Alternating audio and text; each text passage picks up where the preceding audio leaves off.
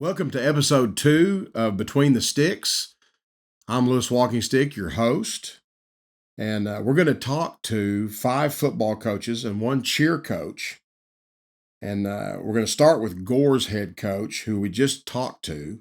The other 5 coaches were recorded earlier this week, and we experienced a small bit of audio technical difficulty, so please excuse the audio quality in those conversations.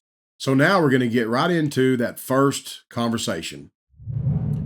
Welcome to episode 2 of Between the Sticks. And I have a very special guest tonight. I have the head football coach of the Gore Pirates, Coach Brandon Ellis. Coach Ellis, how's it going? It's going well. It's going well. I know you just got off the practice field. We did. We had a good practice today. And not only that, we're one of the fields that doesn't have turf, so we just got through finishing painting. Okay. Oh, your field for Friday night. Yeah. I gotcha. I forgot about that. Coach, Go over. I know you guys were off last week. You beat Shoto Maisie 42-6 2 weeks ago. Correct. If you want to, give me a summary of that game or stats or whatever you got there. Again, that was our last non-conference game. And I like to build that bye week in there, in case we do have injuries or something pops up, and it gives us an extra week to prepare for that first, district game. But, we picked up Shoto last year as a non-conference. Coach Brown was up there, and then a new head coach came up there, which was Bobby Ward.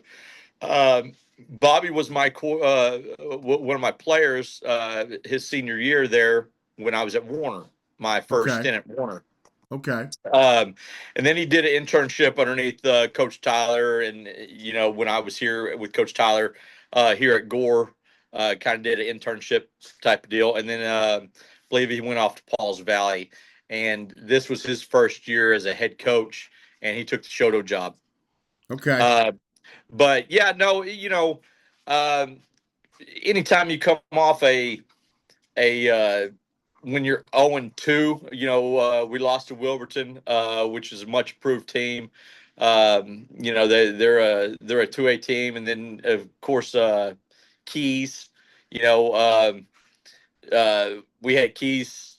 It was 22-21. We had the lead at half, and then we had 3 injuries happen, and that kind of fell apart there. So we had to have a really good week, and our kids responded well to it against Shoto, and everything clicked. It really did. I told the team that I challenged them to compete as a team, instead against each other. And everything clicked. And, when everything clicks, we're a pretty good ball club. Yeah. It's when things don't click, is when we're not only playing them or, against them, we're playing against ourselves also. Right, so, right. Everything really did click. We had our quarterback went down at Keys. So we kind of had to move some things around offensively. Okay. And we moved our right tackle, basically, went to quarterback, and it's kind of funny and ironic because during summer pride, or not summer pride, I apologize. During 7-on-7, we went to Hilldale this year, and our quarterback was working off in Lawton, and so he kind of missed all the 7-on-7s, and so we were just putting guys back there, throw the ball around, and we got to thinking, hey, this guy can spin it pretty good. Okay. And so at the Keys game, we just kind of, after our quarterback went down after halftime or late in the fourth quarter, I believe, we just put him back there, and he's a load now. He's an athletic kid. He's about 6'2", about 225. Okay. So that's what we've been running with right now. I've got a lot of your players' names written down. I read your preseason clippings. Which one is he? Zach Comer. Okay, I got his name here. He's one of the One of the 51. returning offensive linemen. One of the returning offensive linemen. We actually he came over last spring. Came over from Sallisaw Central. Okay. I remember reading about that. Right. So you guys host Shoto 10 days or 12 days ago and beat them. Was Zach your quarterback? Yes. Okay. Yeah. Okay. So, and then you guys had an off week. Did you get a lot done during the off week? We did. It's really good because we cut practice down just a little bit. Okay.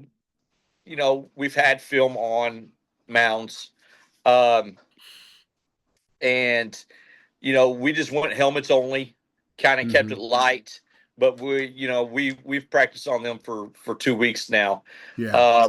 But that it couldn't have came at a better time because we needed healing. So we healed Right. up, have everybody back.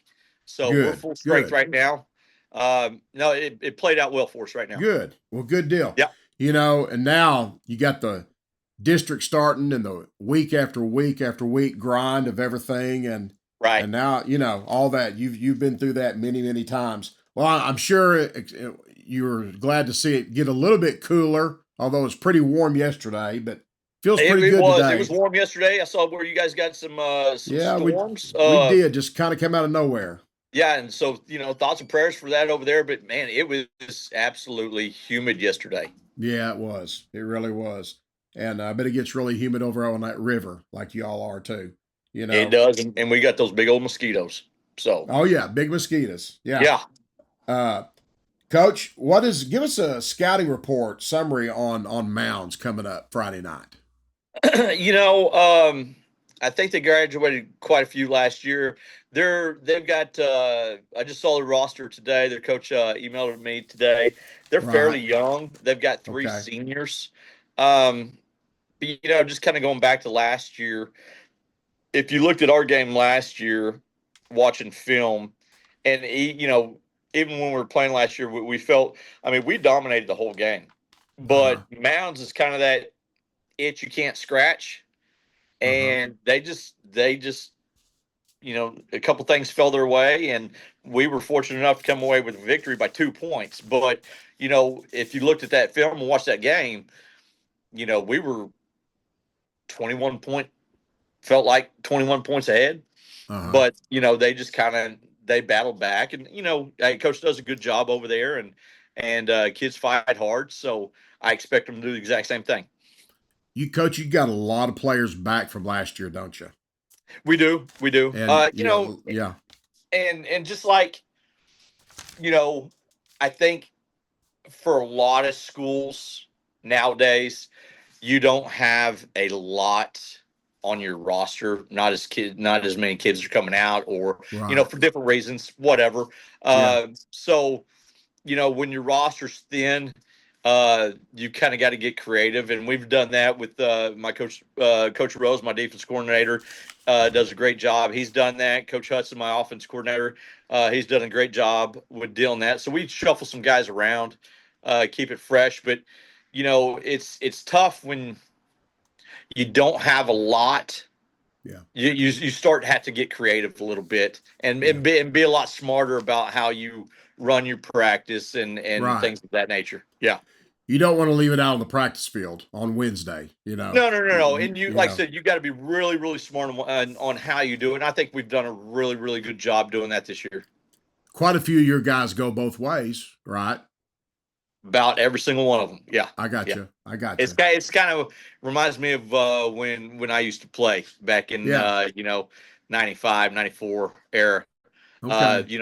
I never came off the field, and I constantly preach that to them. Some kids are just built different. But when you've, kind of like guys my age that has went through that, we understand that, we never came off the field. So, if you're tired, just suck it up and get after it. It's that simple. Pardon me. Where did you play high school at? I played at Gore. You played at Gore. You're a Gore graduate. Okay. I'm a Gore graduate, 95. Yep. Okay, 95. Okay.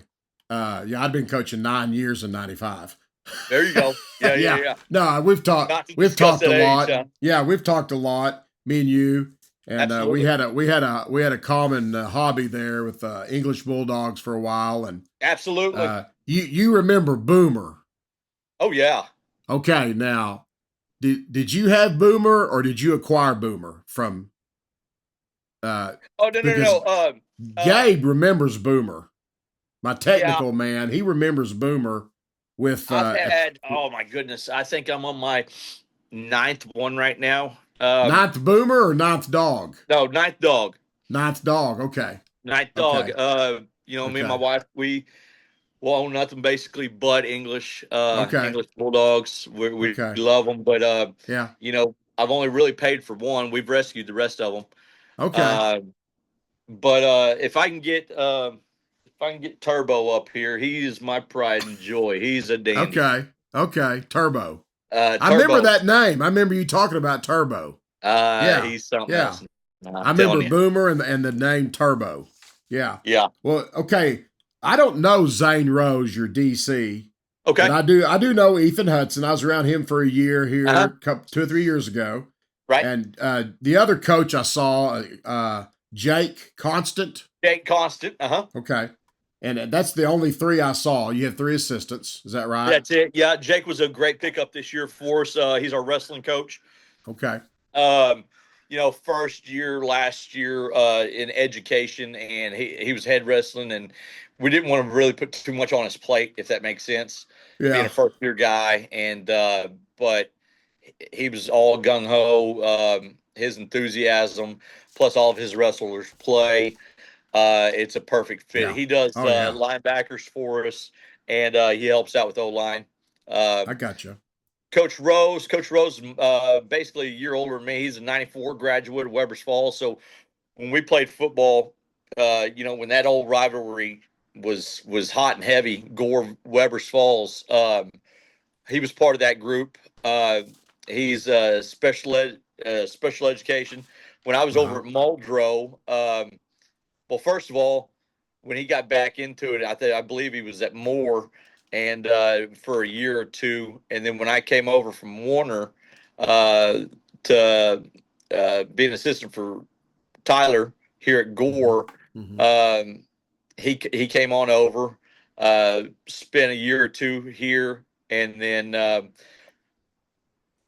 went off, and then I went to Muldrow for 3 years, and Uh I huh. picked him up my last year at Muldrow. Okay.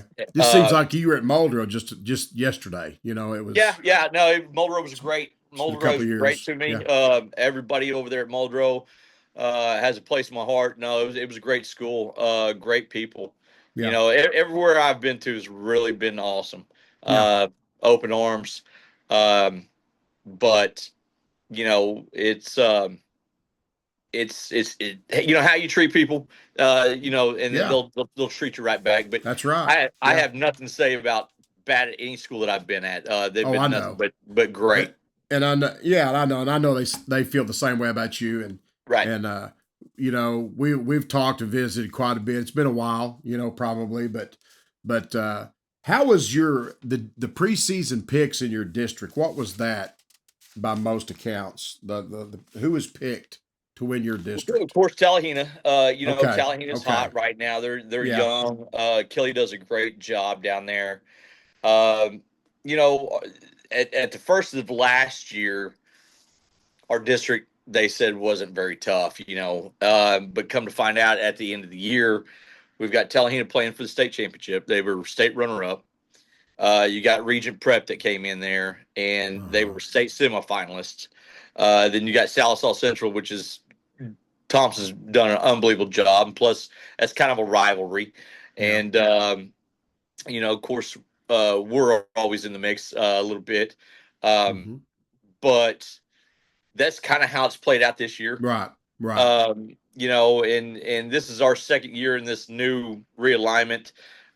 So we have Allen in there, we've got Wewoka in there, yeah, we have Mounds in there, we have Regent Prep, Tallahena, and oh, I'm missing one. Um, Liberty. I see. And So back in the day, yeah. it used to be Liberty Mounds. Okay. You know, Yeah. 75 Highway splits those two. Yeah. But yeah, they've split and both are in the same district now. Okay, I didn't know that. I remember when it was Liberty Mounds and they got two teams. Okay, that's interesting. That's a good deal. Well, Coach, I know it's Wednesday night and it's about time to kick it off here in a little more than 48 hours. Wish you all the luck. Well, I appreciate it. Listen, I'm going to grab Turbo right quick. Okay, yeah. Grab him. Yeah, Turbo. Here he comes, the English Bulldog. We love our English Bulldogs. I've had 2 English Bulldogs in the last 22 years or so.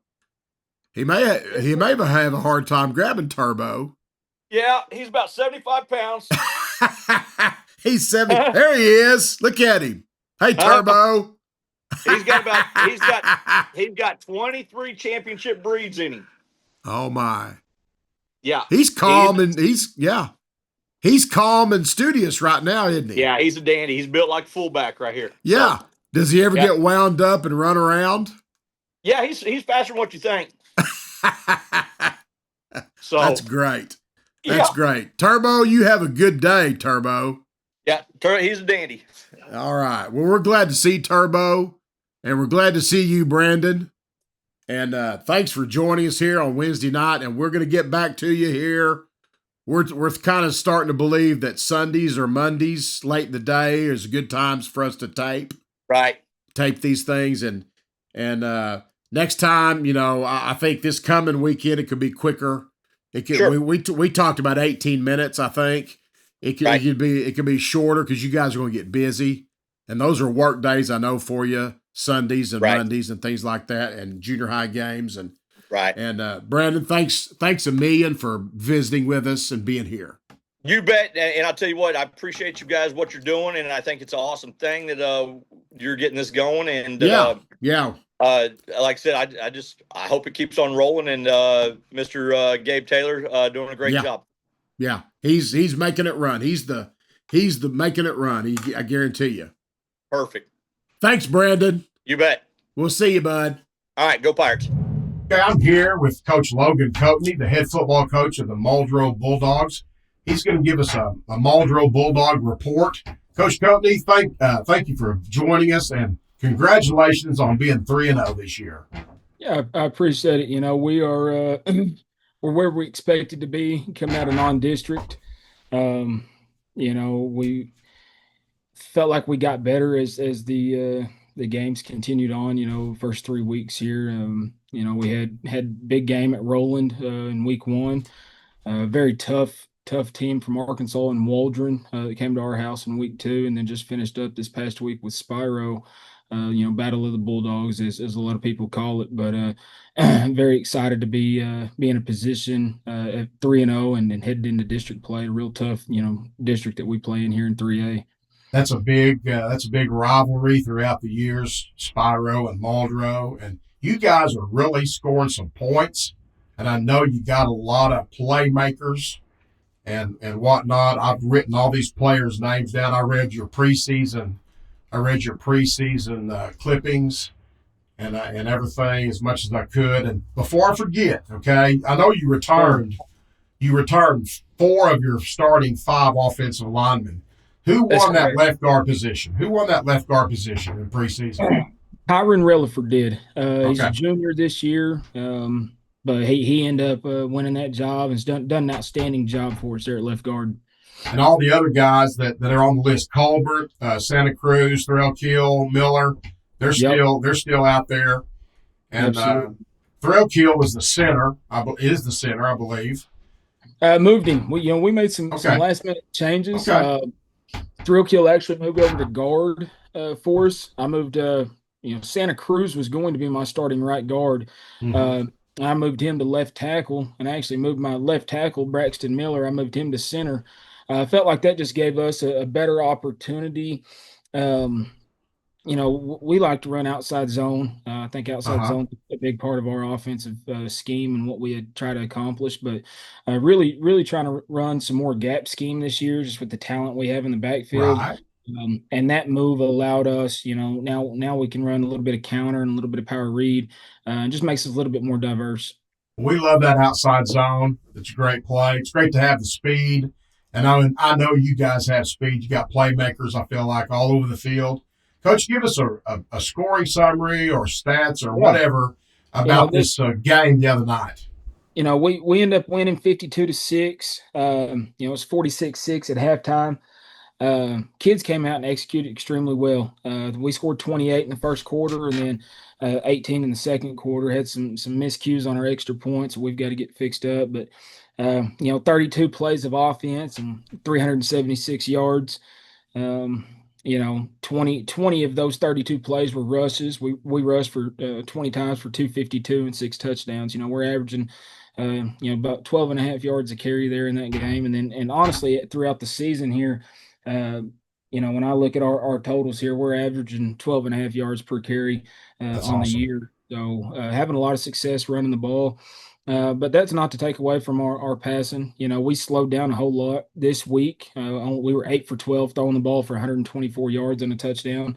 We were averaging 25 passes a game going into Spyro, and then like I said, we had some explosives that set us up. We had a defensive score.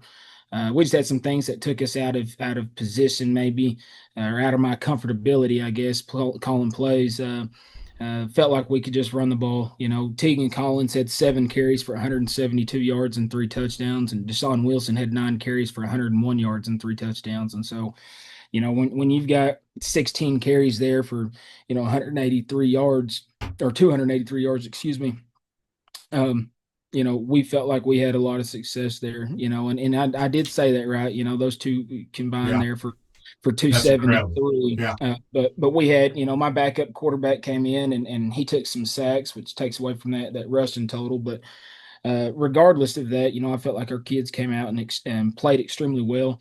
And big thing we're talking to them about is none of that matters at this point leading into district play. Right. It's time to start. Obviously, you want to win the game in districts. That's the first criteria. You got to go get your marginal points. You got to get your marginal points and all that. You never know. I've been told now, this is the 70th season of Muldrow football. It is, yes, sir. 1955 was year one. They played across town here, down where the old elementary school is. Of course, a lot of that stuff wasn't, a lot of those buildings hadn't been erected at that point, and then just playing on a small surface. There's a photo that some of our administration was able to gather up, and we presented that on our home opener. But you can actually see a couple little houses in the background there. It's just enough to put a football field on. So real neat to have that happening this year with the team that we have and opportunity that lies before us. And so really excited about what our school is able to do in reference to this being year 70 of Muldrow football. I know that you got a lot of players, you got a lot of playmakers. You seem to have a lot of linemen. You got some guys that just play defense, according to your preseason clipping. EJ Zanders was sound like a specialist on the D line. Is that he's kind of just plays D line pretty much? Yeah, we're blessed this year, and I don't want to understate that. Extremely blessed with the group that we have and the roster we have. We've got 53, 54 kids on our roster right now, which for us is a really good number. But I've got about 5, 6 kids defensively that's all they do is play defense. That's great. They do get reps on offense during the practice week and things of that nature, just in case it is to a point they're needed. But I've got both of my defensive ends only play defense. My starting Mike linebacker. One of my safeties, my nickel player. So we've got, like I said, I think there's 5 or 6 that they only play defense, and that's how it is, Coach. That when you get into these games, definitely early on. It's a battle of attrition, and who's healthy and who can give the most energy throughout the game. And we've been real lucky and real blessed that I felt like our strength and conditioning has done a great job for us, and we've been in shape and able to go play some ball and put teams away early. But having 5, 6 guys that come off the bench when you score and go on defense, or you get a turnover and come back on offense. Having a little bit of fresh legs there is a big deal for us. Yes, it is. I'm trying to do the math. So you got maybe 2 starting offensive linemen that play defense. Yeah, and they're rotational guys. Yeah. Braxton Thrillkill's our starting nose guard, and then I'll tell you the other 4, they all rotate sparingly. Yeah. We're blessed here. I'll tell you this: we're blessed here. We don't even rotate those guys. They rotate themselves. I see. It's kind of a self-rotation deal there, and it's not hurt us to this point. I'm gonna cross my fingers and hope that it doesn't, because I felt like they've done a pretty good job. I'll speak on that Waldron game for a second. They had 72 offensive plays, coach, and 64 of them were rushes, and I think they averaged 2.1 yards a carry or something or another. But right. that was the way they were going to play defense against us, was try to keep the ball away. And my guys just rotated in, and it might have been every 3 plays for a series, and next time out it might have been every 5 or 6 plays. But they've done an outstanding job. Coach Shepard, my D-line coach, has done a great job with them. And so excited about that. Obviously blessed to be in a position where you've got some kids that can go in and play, and it doesn't have to be just these 3 or 4 kids. Right. You guys can spread the field. You got. Now, I think you guys had a lot of receivers back. You had a lot of skill players back. Yeah. So you guys were just running back. Crap, 4 receivers. My tight end. Yeah. You're a nightmare. You're a nightmare to try to prepare for and stop. Okay. Yeah, I would think you're tough to stop. Tough to come up with a plan. You spread the whole field, and these guys know that they can't take everybody away. No, and that's the hope. That's what we're trying to do. First thing I look at in the offseason, coach, is what players do I have, and now with the transfer portal, high school transfer portal and all that, you can add and everything else. But, if you once the season ends and you're in January and February and you start really putting pen to paper on what this year looks like with your roster, well, that's what we did. And we looked at what players we had, who was going to be within our program. And then it's what can they do? JV games are so important to figure out what those young kids can do and who the next guy is. And we sat down and we kind of had an idea of what these kids could do. Of course, we were returning, this senior class we've got, and said, okay, well, we know what players we have. And my philosophy from the offensive side of the ball is not so much scheme as much as it is formations. Defensive guys, every time you move a fullback around, or you invert receivers, or you put the running back in pistol or offset him one way or the other, that's a whole different formation for them. And so, my whole deal is players, and then formations, and then plays.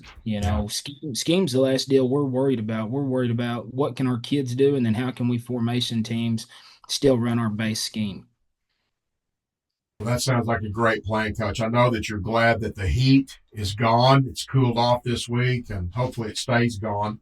Coach, give us a scouting report on your you guys are going to I've lost my notes here. Oh, you're going to play Eufaula at home.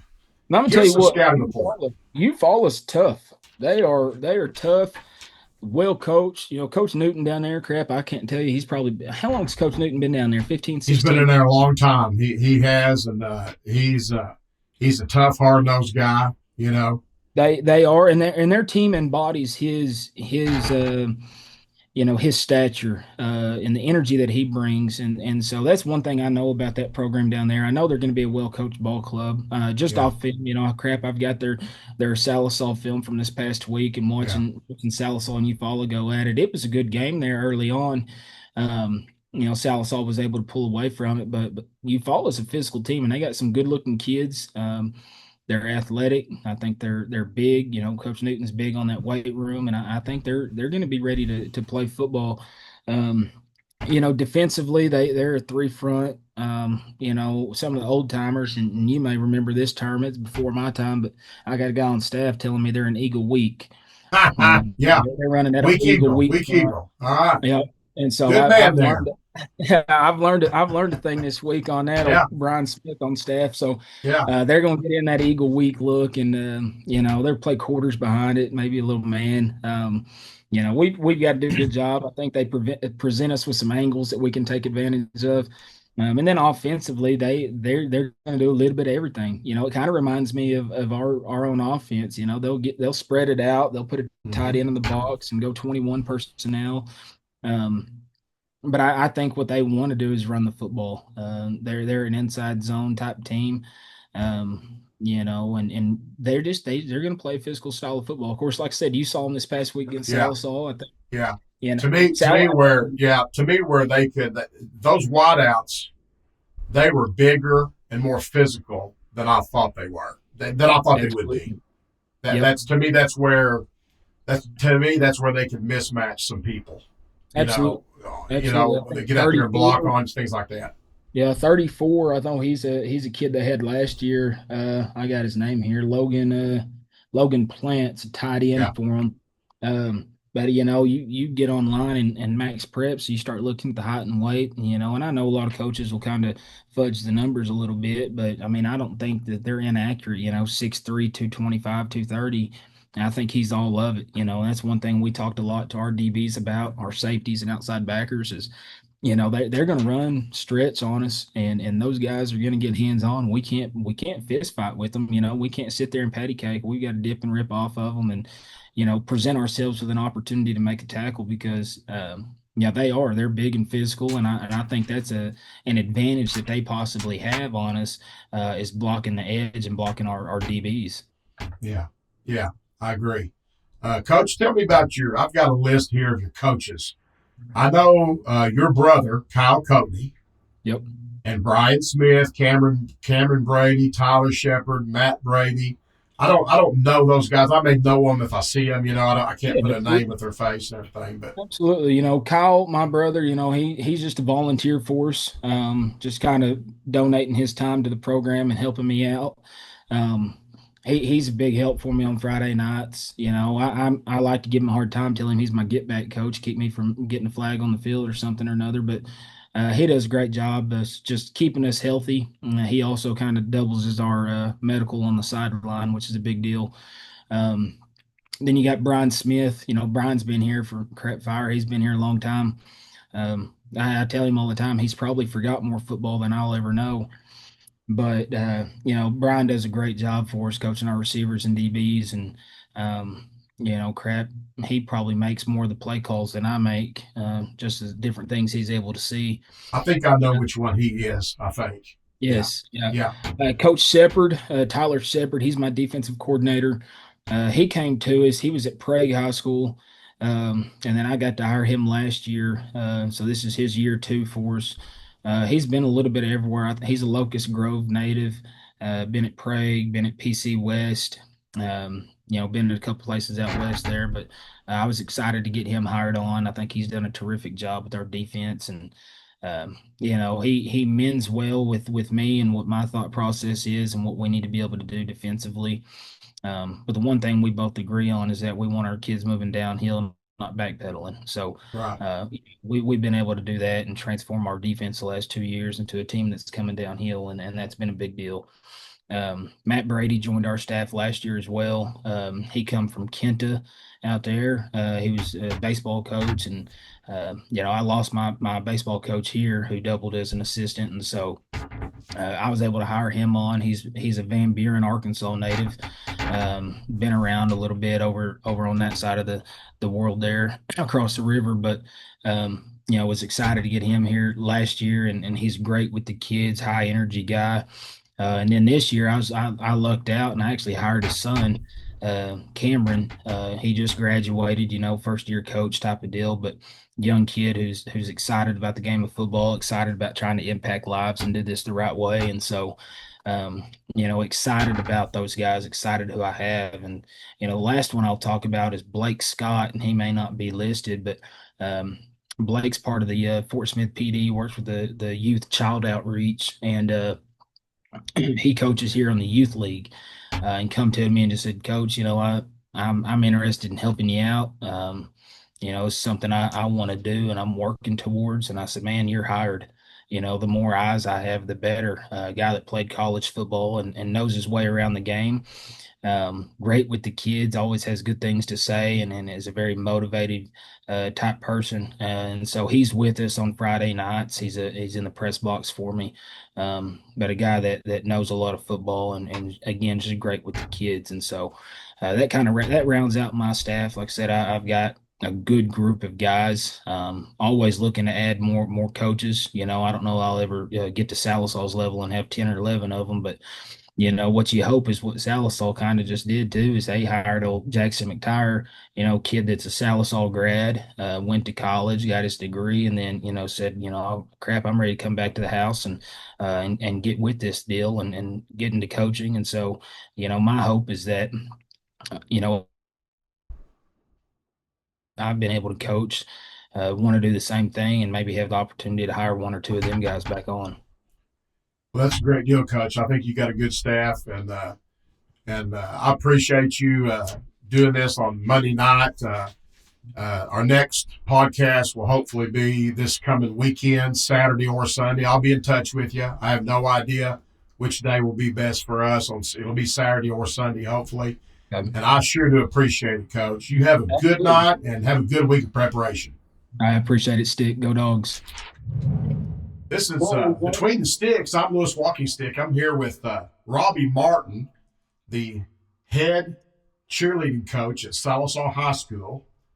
Robbie, thanks for joining us. I know you're busy tonight. Tell us all about your weekend, the weekend y'all had a few days ago. Well, thank you for having me. We competed at the OSSAA Regional Performance Championship on Saturday. We competed in Stroud in Class 4A. We had a decent performance. We weren't our very best, but we did qualify for state, and we finished third in a close race for second behind Lincoln Christian. And Bristow was the regional champion this weekend. Well, I know that the cheerleading is a very competitive sport. It's a very competitive thing. And I know that y'all work. Kind of give me a typical. Now we're gonna jump to next weekend here before this interview's over. But let's kind of go back into the spring and the summer. What y'all do to get prepared for these moments?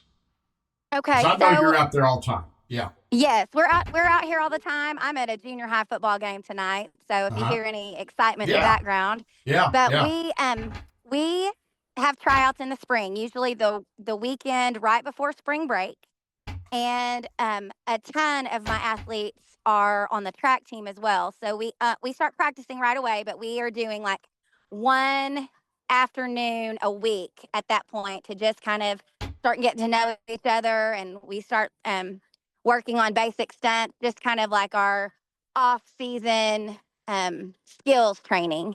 And then we give them the 2 weeks that we are out of school in May before June starts. We give them those 2 weeks off, and that's really the only 2 weeks that they get off all year long. We start with our Summer Pride on June 1st or whatever that first Monday is in June. This summer we did 3 days a week, 7 to 10:30, weight training, strength and agilities, some skill practice, and then like 30 minutes or so of actual like cheerleading things each of those 3 days. But the rest is pretty much just conditioning and getting our bodies ready to be prepared for the fall. We start so quickly.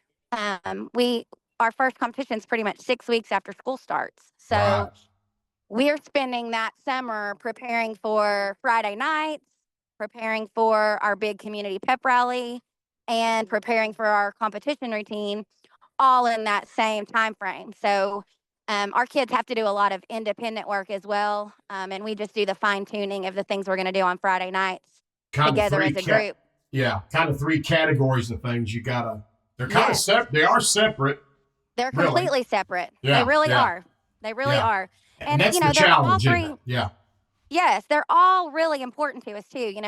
as far as our community is concerned, what we do on Friday nights or Tuesday and Friday and Saturday during the winter with basketball and wrestling, that's our first role, to support our other athletic programs and to lead the crowd, the traditional cheerleading part. That's what our community expects from us. And I have, high expectations and take a lot of pride in that aspect of our sport as well. So my kids know that, that comes first as far as our cheerleading goes. But we are a competitive program and have been since the early 90s. My mom was the cheerleading coach before me. She took over the team in 1992. And, it's just, it's really important to me that we continue, the legacy that she helped build. And so all those aspects of cheerleading are really important to me, and that our Black Diamond cheerleaders represent well. Well, that takes some management to manage all that and to know when you need to work on this part as opposed to this part. And I'm sure you got a schedule and a routine, and you've done it for, you've done it for such a long time that it comes pretty natural to you, I figure. And now you have two assistant coaches, Heather Whedon and Allie McCrary, correct? Yes, my two assistants, Heather Whedon and Allie McCrary, for sure. I could not do what I do without them. We make a really good team. I always say that we really balance each other out. But there's rarely a time that we have a difference of opinion about how things should go. And I really could not do what. I think I lost her, possibly. Okay, so I lost you for just a quick Yeah, second, but you can hear you're me back. again. You're back. I Okay. got you. Okay. No, I know that you got a good staff. Y'all work well together and get things done. Robbie, tell us what's coming up this weekend. So this weekend we compete for a state championship. We go to Tulsa Union on Saturday. Our division starts at 3:00, Class 4A. Our competition time is 3:50. So we'd love to have all of our people there, all of Black Diamond Nation, come out and support us. It's at the Tulsa UMAC, so there's plenty of places to sit. There's not as much parking as there are seats, so that's always kind of crazy. But we're going to compete the same routine we competed on Saturday. Coach Allie and Coach Heather and I made some minor changes today based on our score sheets and the comments we got. But it's basically the same routine, and it's the same athletes, which is always a nice thing. There have been lots of years in the past that the same group that we started choreography with and then competed at regionals with was different. And then we've competed with different team from regionals to state too. We're just thankful to be healthy and to have everybody, right where we need to be to compete on Saturday. Well, let me make sure I got that written down, because before we go off the air here, I'm going to repeat it. I'm going to repeat it right now. It's at 3:50 p.m. at the Tulsa on the campus of Tulsa Union, and it's called the UMAC. Yes, that's the building, the big auditorium or building arena on that campus. Yes, it's the gymnasium. Yes. Yes. Okay. Yes. I got you. And that our division, Class 4 and 5A, we don't have to compete against 5A, but they face the opposite direction we do and have a different set of judges. But 4A and 5A are competing every other team starting at 3:00. Okay. So we go at 3:50. But if you want to see everybody, they'll need to be there at 3. I got you. And y'all had a good crowd last weekend, did you? We did. We always really do. Our people really travel well with us. Yes. I have a great set of parents, and they are so supportive of their kids and the whole team. And their friends and family travel. We've always got a good cheering section, and that's part of it too. Having the energy in the crowd and people to yell our words back with us and stuff. I mean, there's not anything better than those kids running out and seeing a sea of orange, all sitting together ready to cheer us on. It is really special. That's a great deal. I've seen that on Facebook and whatnot. Well, Robbie, I appreciate you spending some time with us here during the football games there at the football stadium, and we'll do this again. And we'll get in touch with you and set up a time. We just don't know what day we're gonna, record and tape and everything. And the situation is that Gabe and Taylor have to be here with me for this to work. You know what I'm saying? And so we just got to pick a time. Hopefully, Yes. it's on Saturdays or Sundays coming up in the future. And good luck this weekend. Y'all go get them. I hope you do really well. Thank you so much, Coach. Thank you for asking me on. I appreciate it. I feel honored. You bet. We'll do it again. This is Lewis Walking Stick with Between the Sticks podcast. And we have Coach Jeremy Thompson. He's the head football coach of the Central Sallisaw Tigers. Coach Thompson, it's glad to talk to you. Yes, sir. I'm glad to be here. Hey, congratulations on being 3-0. I know that's a big deal. It is. It's been a great start so far. 2 really close games. That we had to come from behind in both of those, and so got to see a little bit of toughness from the start from the guys, and that's exciting. Yeah, you guys played your what's off. I know. I got a chance 10 days ago to watch y'all play Warner. Heck of a game. Let's kind of relive that a little bit. I watched it. You guys really. I can't even tell you the game score, the game line. I know you guys won 32-20, but it was a back and forth game. Let's talk about that a little bit. We had fell down there, fell behind 22-6 there in the second quarter.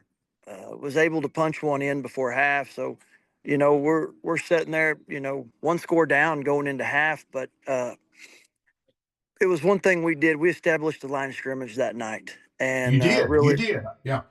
Really took it over in the third quarter. Was able to run the ball well, and Braxton Goodson and Gavin Randolph came up big through the air. Gavin made some big plays, and they were putting 9 guys in the box and singling up Gavin, and he made plays, and Brax got it to him, and it turned out really well for us. Yeah, I saw that. That was you guys really played hard. You made good adjustments, and you did on the line of scrimmage. I know. Did you just? I wrote myself a note here. I've been studying y'all. You only returned 2 guys on the offensive line. Is that right? Yes, sir. From last year. Yeah, Braxton Pruitt and Leland Kelsey. You returned those 2 guys. Okay. Yeah. So you've had to kind of rebuild and fit some other guys in there. Sounds like they've done a good job for you. Oh man, they did a great job in the weight room all winter. That's definitely where it starts. You gotta get stronger. Yeah. Those young guys stepped up. Coach Prater, who takes care of our weight room and does a great job in there. I'm proud of him for what he did with them and the work that went into it. And these guys understand that we've always been a team that we've been a run first. And that's something we take pride in, and we're continuing to do that, and hope to continue to do that in the future. I've got a list here of coaches. I see Cody. How you say his last name? Prater. Cody Prater. Okay. Yes. And Scotty Chapman. I know Scotty a little bit, and Paul Whiteley, and Garrett Kaufman. That's the guys I have as your assistants. Yes. Coach Whitley, he's been around a long time, and I think this is year 49 for him, and I think he spent about 49 of the years in the secondary, and he's doing a tremendous job with the secondary. Coach Prater, of course, linebackers and defensive line. Coach Chapman coaches the offensive line, and it's been with me now. I think this is year 14 for him. And he's done a good job. Coach Kaufman, outside linebackers and wide receivers, and he has I think this is year 4 for Coach Kaufman. He's a young one. I coached him, and he's an old Central grad from 2015. And as soon as he was able to come coach, I told him, I said, "You're mine. You're coming with me," and he does a tremendous job. He's a young guy. He's only about 28 years old, isn't he? Yes. Coach, have you got any stats for the rolling game? Oh, I do. So okay, if you want to go over those or a game summary or whatever. Yeah, final score was 28-14. I don't think we played very well that night. We could have done a few things better. We have some guys banged up going into that one, and but I want to say Kiefer Bailey he was 11 of 17 for 175 yards that night and 3 TDs. He threw touchdown passes to Gavin Randolph, Cage Poindexter, and Aiden Callhorn. On the ground, I think we rushed for 125. Aiden Smith had 90 of those yards. Our leading receiver that night was Gavin Randolph with 4 catches for 95 yards. It was. I feel kind of like we had a bad hangover from the previous 2 weeks. A little banged up, didn't play well, but we came out on top, which is what you want. And Coach, today, just win. Yeah. Sometimes that's what you got to do. That's right. It's hard to get up 10 games. It is every week. It's an emotional game. You guys got a lot of weapons. You got a lot of weapons, don't you? We do. Riker Miller's a senior. Riker's carrying the ball really strong for us. He's quick, great deep snapper, and a lot of people don't know that about him. Does a good job for us at inside linebacker as well. And so he's came up big. Aiden Smith has came up big in the backfield, and then Kiefer Bailey and Braxton Goodson have both been at the quarterback spot. And both have played well at wide receiver. We've had about 3 sophomores really step up: Cage Poindexter, who I mentioned, Aiden Callhorn. I feel like that's been big for us. Gavin. I think Gavin's already got about 361 yards receiving. He's had some big nights and some big catches, but across the board, I'm really pleased with how we've played. Yeah, you guys would be hard to defend. You spread everybody out, and you got some guys. Who do you stop? You know what I'm saying? I mean, the defenses have to decide who they're going to try to stop. And I know what kind of athlete Braxton Goodson is, and I know he can play a lot of different places. And he's got Slash next to his name, I guess. He does. Yeah. He's an athlete. You want to get him the football. Another guy I didn't mention, Joe Brooks. Yeah. Joe's a junior, and Joe has really came up big for us this year. And so, those are a bunch of guys that they got time last year, but now it's really their time to step up, and they are, and that's exciting. They've been chomping at the bit to get out there, huh?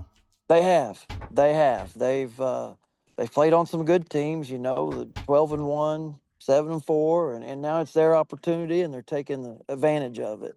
Yeah. I was looking at your preseason clippings and everything, and I saw the name, an H-back and a linebacker named Miko Ariza. Is that how you say that? Yes. Okay. Miko is he's a 4-year starter for me. He's been at the nose guard spot. I'm playing him at more defensive end right now. Defensive line wise, you've got Miko, 4-year starter, tough kid. I did have him at inside backer to start the year, and I moved him back down to the defensive line. He's just too good there. A guy that's causing a lot of havoc right now is Mason Mason Blaylock. Mason Blaylock is a kid who's worked his tail off and doing a great job at the nose for us. Of course, then we got Braxton Pruitt at the other defensive end spot. outside linebacker, Ethan Perez, who's a good one.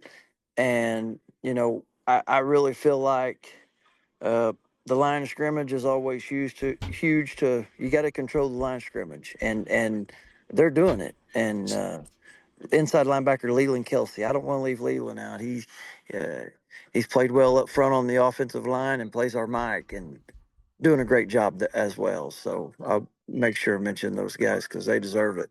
You betcha. Sounds like you guys have a great chance every Friday night to control the line of scrimmage. And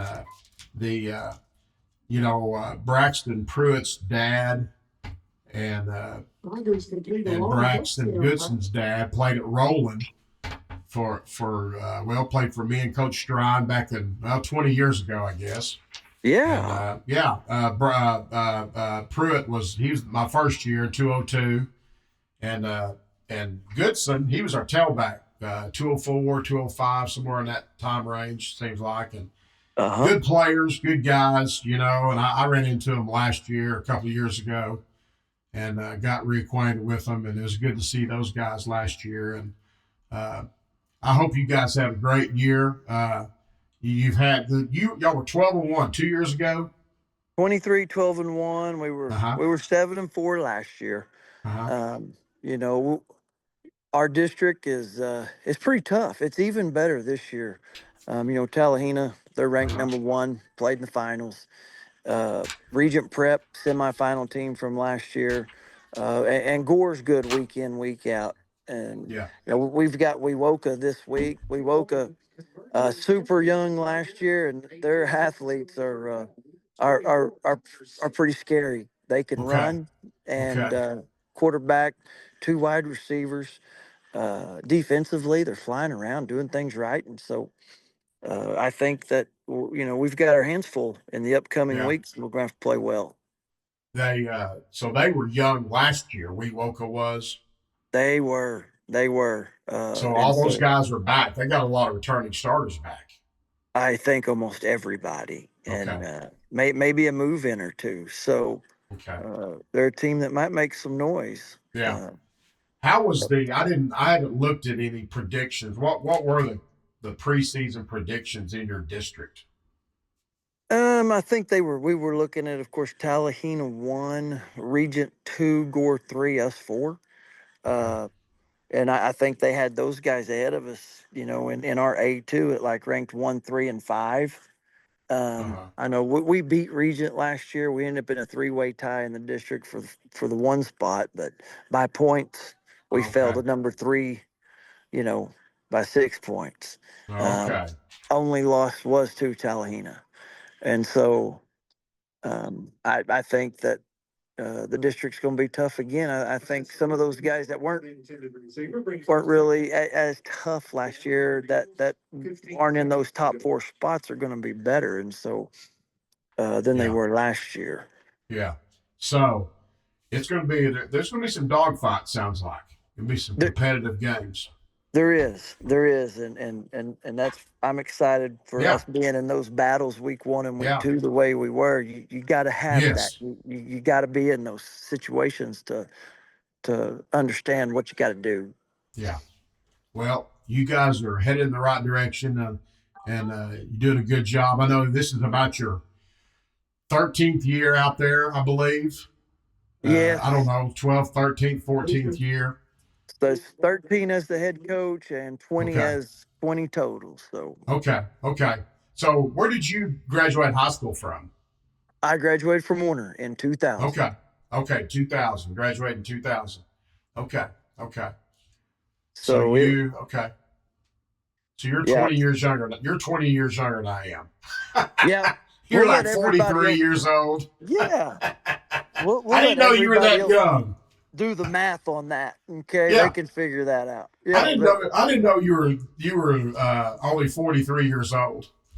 I am. Okay. Absolutely. Okay. I know. I ran into you. I think one summer we came in there when I was coaching at Sallisaw into the pizza place in Sallisaw, and at Mazzio's, and then everybody goes in there to eat at lunch in the summertime, and I told of course, Dalton Leslie, he's my cousin. Oh yeah. Oh Okay, yeah. and I told him one time, hey, I want to talk with Coach Thompson, talk some ball with him, and we never did get hooked up. And I think I saw you at the walking trail a couple of years ago, maybe in the summertime, Uh-huh. Yep. possibly. So I sure well, enough, Coach, my mother-in-law, Brooke Ballinger is who I married. okay, Rhonda Ballinger, I think you worked with her maybe at Sallisaw some. okay, Uh, she keeps me on that walking trail. I think she's scared I'm gonna be out of shape. I don't know what the yeah, deal is, yeah, but yeah, yeah. I, Well, I I didn't see too many extra pounds on you when you look pretty slim. Well, the other well, night when you was out there running around, but it's not because I'm working out. I can promise you that. right. Well, there's probably a little bit of look. You got a busy schedule. There's a little bit of stress, things Oh like yeah, that. I Well, love it Coach, though. It's yeah, been good. yeah. Well, Coach, I appreciate you coming on here. I know you got a junior high football games going on, and you guys have already had your Monday practice, and you got a big practice day tomorrow, and you got We Woka. What are they? The We Woka? What's their mascot? They're the Tigers as well. Okay, We Woka Tigers are coming to Central High Friday night, Yes, 7 o'clock. Okay, Coach, have a good week of prep. Have a go beat We Woke Up Friday night, and thanks for being with us. And we will do this again. We'll do this again. I'll get in touch with you. Yes, sir. Okay. Thank you very much. Hey, thank you, Coach. I appreciate you. You betcha. Bye bye. Bye bye. This is Between the Sticks podcast with your host, Lewis Walking Stick. And I've got the head football coach of the Vian Wolverines, Coach Gary Willis. Coach Gary Willis, welcome to the show. Thank you. Appreciate y'all having me. It's great to have you. Thanks for here Monday night, kind of an odd time. And Coach, congratulations on your win Friday night against Pensacola, 41-20. Coach, give us a rundown, a scoring summary, or stats, whatever you want about that game Friday night. Okay. Yeah, we started off and kind of got in a deficit. I knew everybody'd be keying on Mason Wright. Everybody that plays us is, he draws the attention. So we ran a quarterback counter on the first play. Elected to take the ball, run a quarterback counter, going to, just move the chains a little bit and gain some positive yards. And we fumble that first play and give them the ball right back. And defense held, and we get our second drive, and the kids are excited, maybe a little too excited, and they're they're ready to go against Pensacola because they know a lot of those guys. But then we throw a pick six, and they're down 6-0. So it didn't start off too well. So it's one of those deals where, hey, calm down, take a deep breath, and then we got a running game going, and Pecola's much improved, and but we ended up having a pretty good game and got the run game going and controlled the game. So, Coach, the running game, it rules the world, doesn't it? It does, yes. That's something I should have knew better when I was younger, but I've definitely learned it over the years. Yeah, you want to move those chains, and you get those kids, especially Vian, they're used to big play and making big plays, and I'm like, hey, against a good team, 3 and 4 yards is a good thing. Keep that clock rolling. We've got the ball, keep it out of their hands, and that's kind of what we try to do Friday night. So yes, and I watched some film of y'all today against Eufaula. Yeah, I think I watched you guys Eufaula on your new turf. How is the new turf? Oh, it's incredible. I'm like a kid on Christmas morning. I'm out there at a junior high game a while ago, and still hadn't set in. I don't think it's a lot easier on my feet, though. I know, and no, it's awesome. The kids love it. The community loves it, and it definitely a nice upgrade. Well, it is beautiful and colorful on film, and you never have a bad practice. If it rains tomorrow, you don't have to mess with the mud and whatnot. No, you're right. Practice, obviously, we love it to look at all the time and play games on, but you've been a coach, old coach, you know how it is to go out and have your landmarks and your hash marks, and it's pretty nice to have that thing painted up every day, and you don't have to keep it. Yes, that's exactly right. You guys don't have to don't have to mark it now. Yeah. No, yeah. It's awesome. you got some extra time. Hey, well, Coach, I know that you're an old Tahlequah Tiger linebacker. And Yes, we've talked sir. about this. Okay, you played for Charlie Cooper. Yes, sir. Now, was Rick Wood your linebacker coach? Rick Woods was my linebacker coach and defensive coordinator. Yes. That's what I thought. Now, I remember that staff. Those are the two I know and know their names. I can't remember the other guys. I can see some of them in my mind. Who's the defensive line coach type kid that went into McDonald County, Missouri? I'm not sure this was him. They had some different ones, but a few Tahlequah coaches ended up going to McDonald County. But Larry Ben was the defensive line coach when I was there. Larry had played at NSU, and Larry ended up in Arkansas and got into admin. He's back around Tahlequah at K8 right now as a superintendent. But there were some other ones that come along with Chuck McCulley later, and those guys on that staff, 2 or 3 of them had been at McDonald County. I know Larry Ben. I know him. I hadn't heard that name in several years, but I can see him right now. Yeah.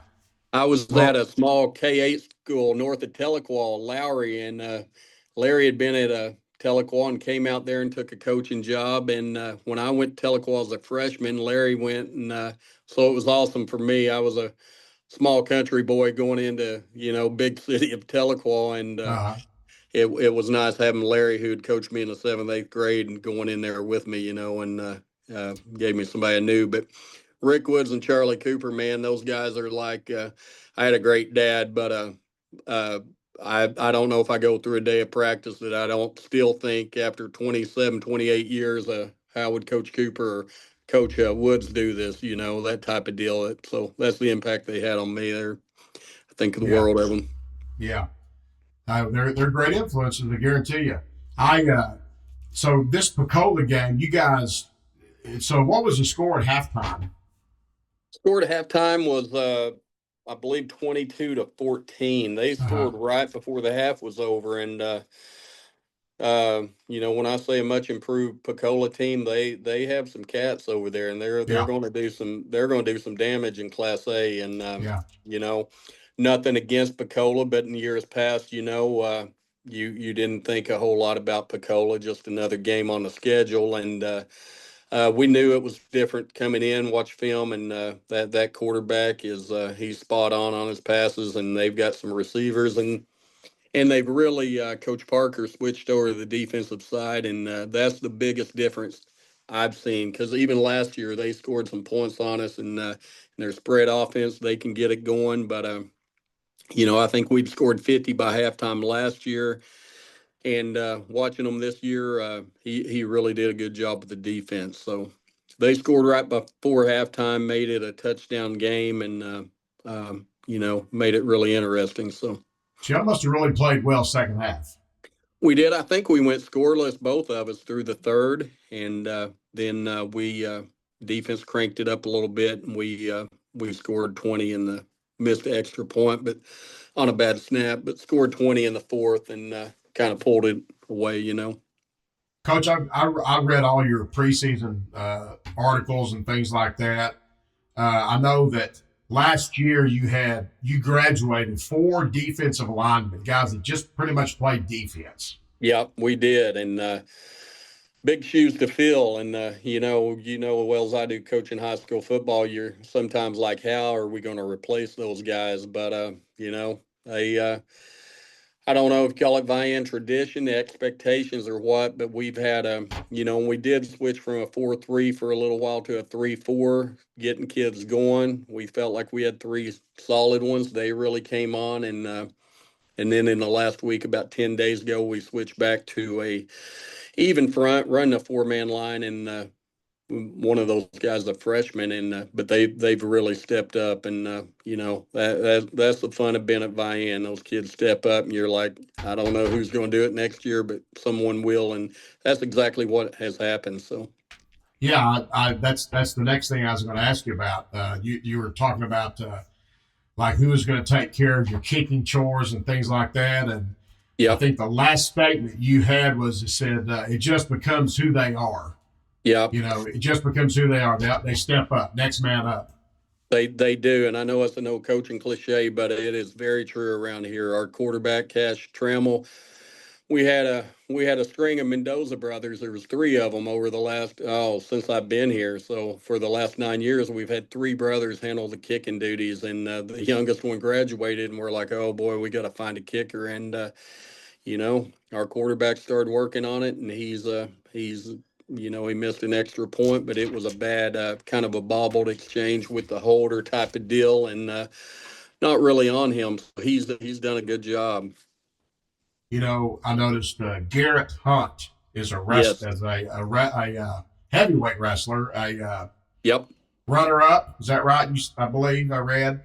He is a runner-up. My son took over the wrestling coaching, and Garrett made it to the finals in one of those long matches, and ended up losing state 3-2, I believe was the points. But that wrestling's carried over. He's become quite the leader on the offensive and defensive line.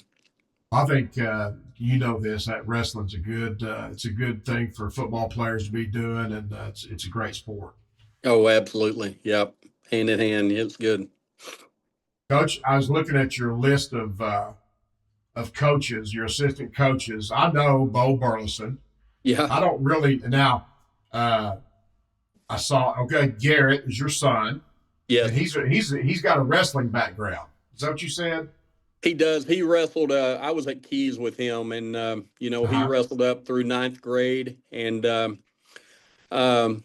just time for a change. I sent him down here as a junior. We got through our sophomore year up there, and I got out of coaching for a year.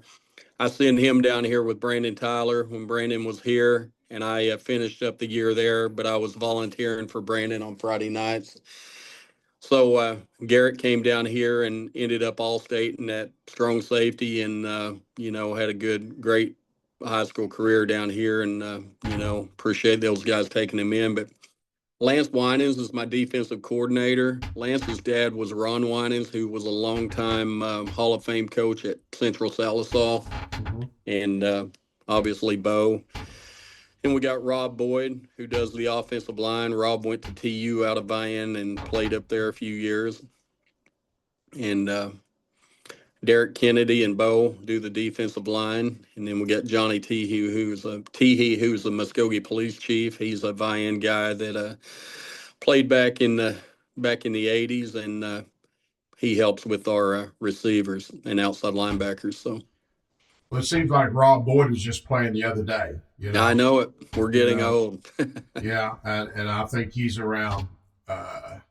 He's probably early 30s, maybe. I don't know. Yeah, Rob's right around 30. About 2012, 13 was his. Okay.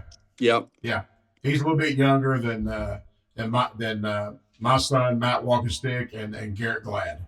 Yeah, like he's a little bit younger than those guys, and I would know Rob possibly if I saw him. And I've heard of Lance Winans and his dad forever. I've heard of him forever, And but I know you guys do a lot of work on the weekends and a lot of intensity and effort and energy. And y'all are out had ball games tonight and things like that. Coach, tell us about. I know you got Spyro there at home coming up Friday night. Tell us a little scouting report on Spyro.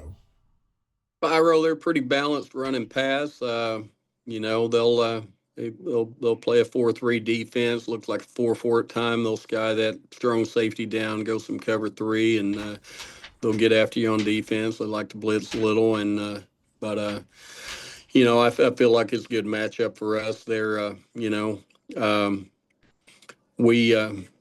We're going to concentrate on running the ball first and taking what they give us in the passing game, and feel good about it. Well, I know you guys will be ready, Coach. And what in the preseason picks predictions? Where was everybody picked in the district? Were y'all picked to win the district? We are. I think we're picked number 1, and Valiant is number 2, and then after that. Different people had different. It was kind of a mix-up after that. But Valiant has 2 siblings down there. Golston boys. One's a running back, strong safety. The other one's a lineman, and the running back's going to Idaho to play football, and the brother's a year younger. But man, he's a good-looking kid at guard and a 3 technique, and I'm sure he's going to have a lot of offers also. But they Yeah. a good chance that you don't want to look that far ahead, but there's a good chance we could roll into week 10, both 9 and I'm sorry, Kiefer got us, but we'll be 8-1, and Valiant could be undefeated by then and have a showdown week 10, I guess, for the district. Okay, so that's a week 10 game. Okay. Yep. I remember reading about, you mentioned those guys out of Valiant. I remember that article, and I didn't know it was a week 10 game. Yep. Well, Coach, I appreciate you spending the time with us here on Monday night. It's already, you got Tuesday practice to get ready for tomorrow, and I hope you have a great week of preparation, and I hope you have a great game Friday night against Spyro. Man, I appreciate it, and appreciate you getting in touch with me and doing this. Appreciate you having me. Hey, Coach, we'll do it again, and we're looking at this coming up here probably Saturday or Sunday. I'll get in touch with you. All right. Okay, sounds good. I appreciate it. Thanks, Gary. Thank you very much. We'll see you now. All right, thank you. Bye-bye. This is Coach Stick with Between the Sticks podcast. I got the head football coach of the Sallisaw Black Diamonds, Brandon Tyler, on the air right now. Coach Tyler, what's going on there at the Perry F. Lattimore? Oh, we're up here. Got a little junior high and JV action going on tonight, Coach Stick. And is the game still going on? Is it still going on? Yeah, it's still going on. We're in the third quarter right now with our junior high, ninth JV game. We're up 28-0 with 2 minutes to go in the third quarter. Okay. So it's been a good night for us. It has been a good night. Our seventh grade won 28-0. Our eighth grade won 38-16. And like I said, our ninth JV's up 27-0 or 28-0 now. All right. Hey, Coach, congratulations on your win against Eufaula. And Coach, give us the scoring summary or stats or whatever you want to, talking about that Eufaula game. Stick, I thought we played pretty good. Offensively, I think we got going there. You and I, like we had talked about previously, was kind of worried about the bye week and then coming back out kind of flat and just being a step behind. And I think we were a little bit early defensively. But once we got things ironed out, I think we ended up with 7 turnovers on defense. Had a pick 6 for a touchdown by Hunter Smith. Jackson Harris had 3 rushing touchdowns. Kenyon Hill had 1.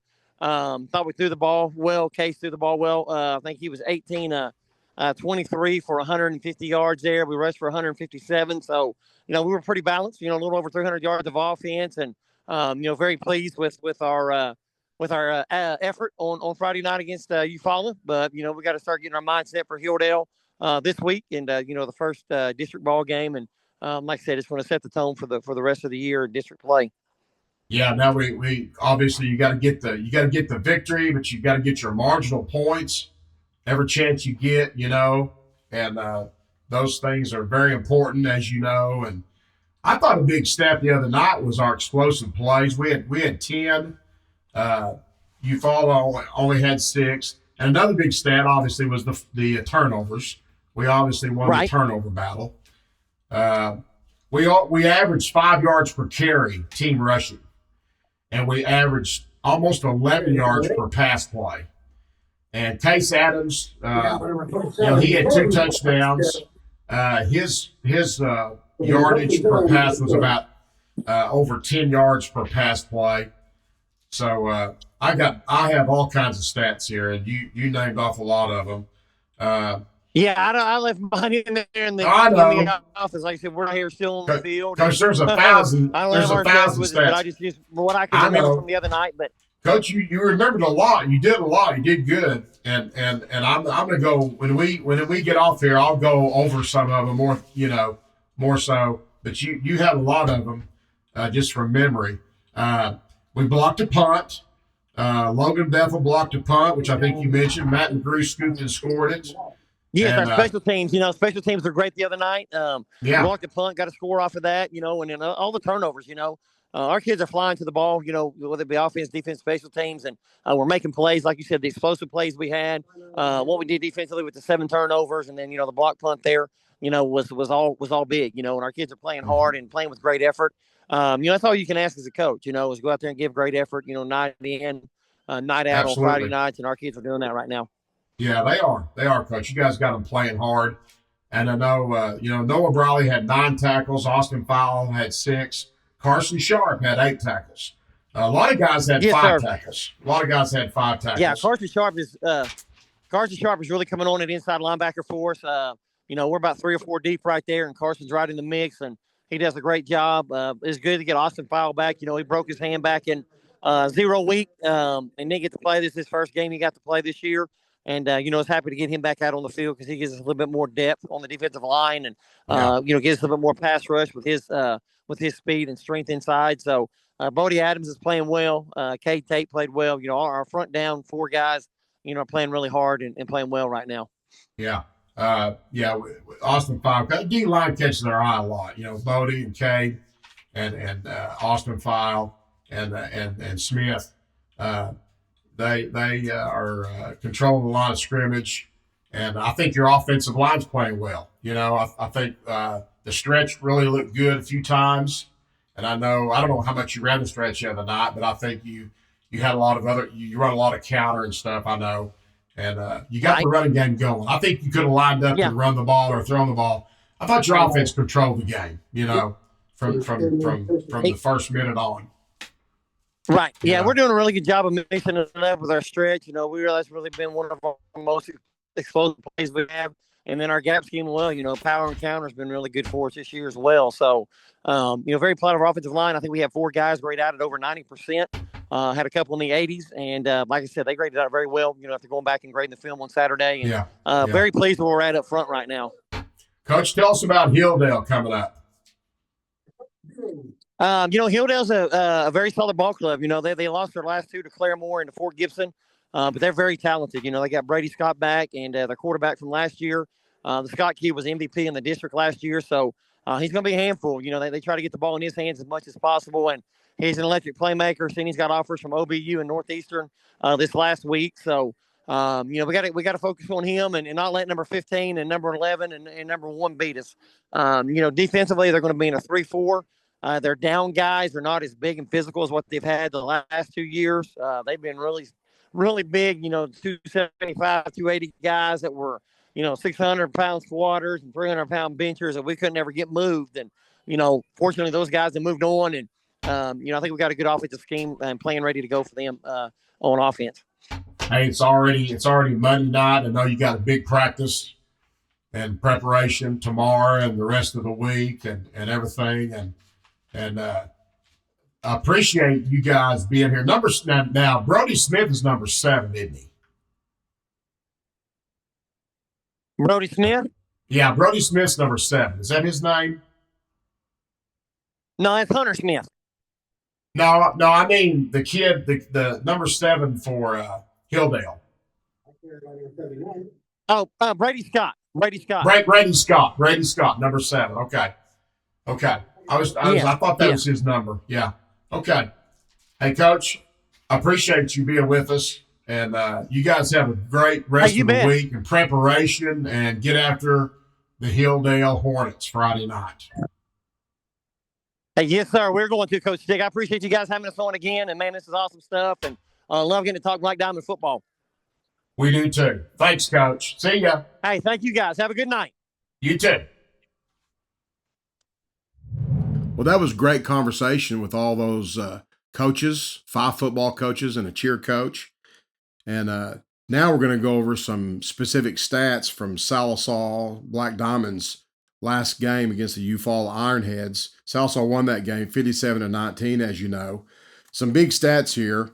I know we talked about some with Coach Tyler just now, but some really important stats, explosive plays. Okay, what's an explosive play? Well, it's a pass play of 15 yards or more, and it's a running play of 10 yards or more. Okay, Sallisaw had 10 of those, and Eufaula had 6. probably the biggest stat in all this is that Sallisaw only had one turnover, a fumble, and their defense, Sallisaw's defense, forced 7 turnovers from the Ironheads of Eufaula, 4 fumbles and 3 Oskies. Now, Sallisaw did have 90 yards in penalties. Team rushing was about 5 yards per carry, 32 rushes for 157 yards. Team passing was 14 of 23 for 150 yards, which is 10.7 yards per pass play. Case Adams, Sallisaw's starting quarterback, he was 12 of 19 for 124 yards and 2 touchdowns, no interceptions. And that's about a 10.3 yards per pass average. Okay, now these are a lot of stats if you're a stat person. Gunnar Griffey, a young quarterback, a freshman quarterback, he was 2 for 2 passing late in the game for 31 yards. Some of the individual receiving, Caden Blunt had 3 catches for 33 yards. Brody Nickel had 2 catches for 39. Kenyon Hill had 2 catches for 17 yards. Jackson Harris had 2 catches for 18 yards. Ish Patel had 1 for 27 yards. Case Adams, his 2 touchdown passes, one of them was to Jackson Harris for 13 yards and a TD. Okay, I said touchdown. Yeah, that's his first touchdown pass of the game. Brody Nickel had a 27-yard touchdown reception of 27 yards, I said. Individual rushing, Jackson Harris had a TD rush of 21 yards. Had a 21-yard TD rush. Case Adams had a 1-yard TD rush. Kenyon Hill had an 8-yard touchdown rush. Gunnar Griffey had a 3-yard touchdown rush. That's 4 guys that each had rushing touchdowns of various distances. Jackson Harris averaged about 11 yards per carry. He only had 6 carries for 66 yards. Case Adams had 37 yards on 9 rushes, and Kenyon Hill had 48 yards on 6 rushes. High rushing percentages. I believe I mentioned those a while ago. Also, the yards per carry, which is a big stat in my eyes. Defensively, we created those 7 turnovers, 4 fumbles and 3 interceptions. We had a pick 6. Hunter Smith in the second quarter had a pick 6. Looked like he was running the route. Looked like he was playing offense with Eufaula. Looked like he knew the play. It was a sideways pass, a bubble pass. He intercepted it, ran in for 33 yards. He had an interception in the last game also on a bootleg. So he plays defensive end. Okay, so he's a very impactful player on defense for the Black Diamonds. Now, Sallisaw, earlier in the game, in the first quarter, Logan Bethel blocked a punt.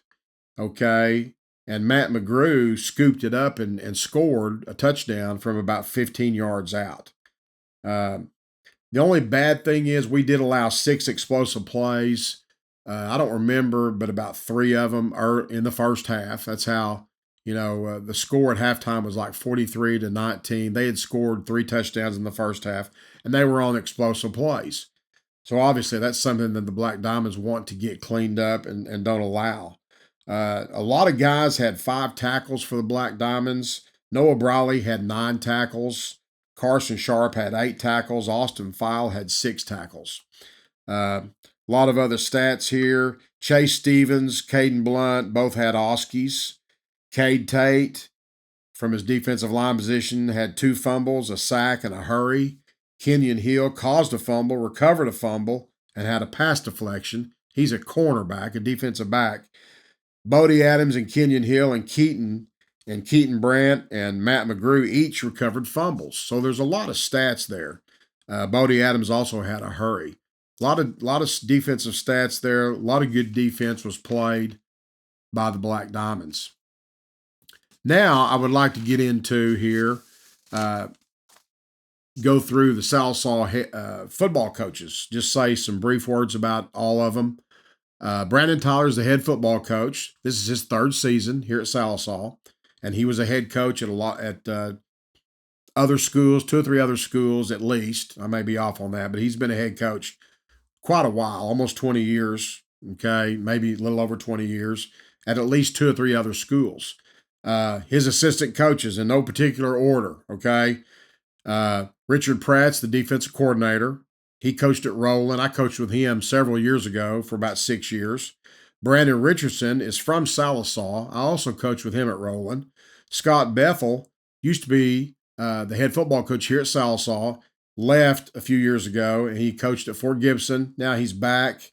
We love getting him back, and his son, Logan, getting him back here at Sallisaw. Scott coaches in the secondary. Brandon Richardson coaches defensive lineman, and Richard Pratt's a linebacker coach. Matt Lamb is the offensive coordinator. Matt Lamb graduated from Panama High School and coached some at Poto. He's the offensive coordinator for the Black Diamonds. Aaron Compton has been a head coach before, and he is the strength and conditioning coach for Sallisaw. He coaches defensive ends.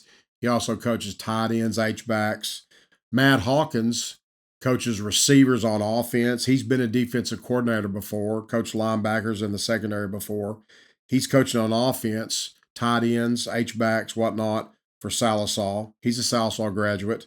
Kai Smith is graduated from Sapulpa High School. He's the special teams coach for the Black Diamonds. So he's also coached in the secondary. Logan Aguilera, one of the younger coaches, is from Amarillo, Amarillo, Texas. He coaches receivers, and he's a tech guy with filming and things like that.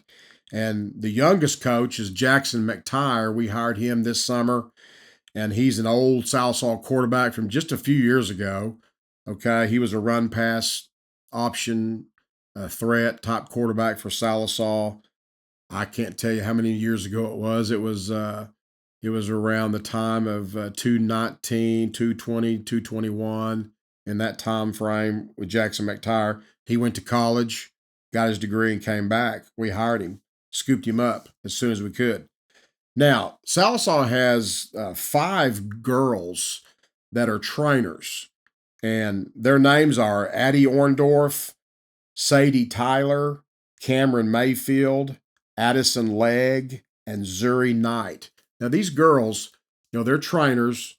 They tape before and after, or before practice, tape ankles, shoulders, things like that, before practice and before games.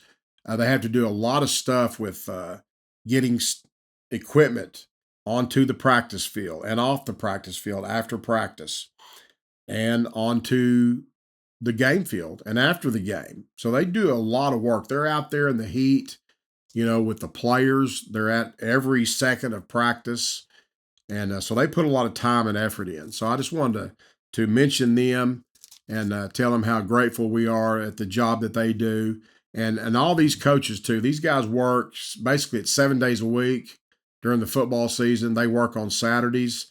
Then they come back in on Sunday afternoons. And then they got a full week leading up to a game on Friday.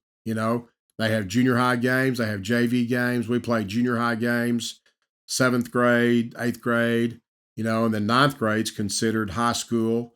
And then they have JV games. They could have 4 other games besides the varsity game on Friday night. So they put a lot of time and effort into coaching and continuing the program here at Sallisaw High School.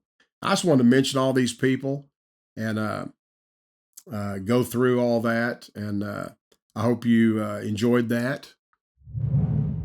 Well, that about wraps it up for episode 2 of Between the Sticks. This podcast we just started. I'd like to give special thanks to the technical people, Gabe and Taylor. They do a great job. The support of my wife and my family for doing this. We're really having fun with it.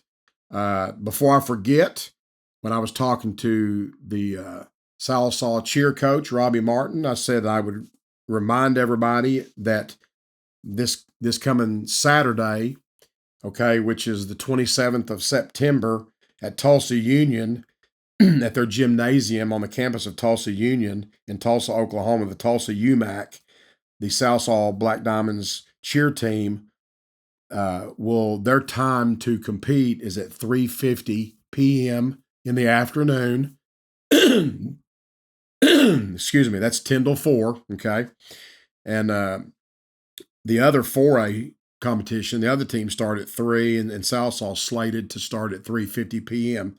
there at Tulsa Union. I wanted to mention that, and I want to thank those 5 football coaches and Coach-Robbie Martin, the cheer coach at Sallisaw. I want to thank those 6 coaches for doing that with us tonight and this week on the Zoom call, the conversations. I hope you enjoyed that.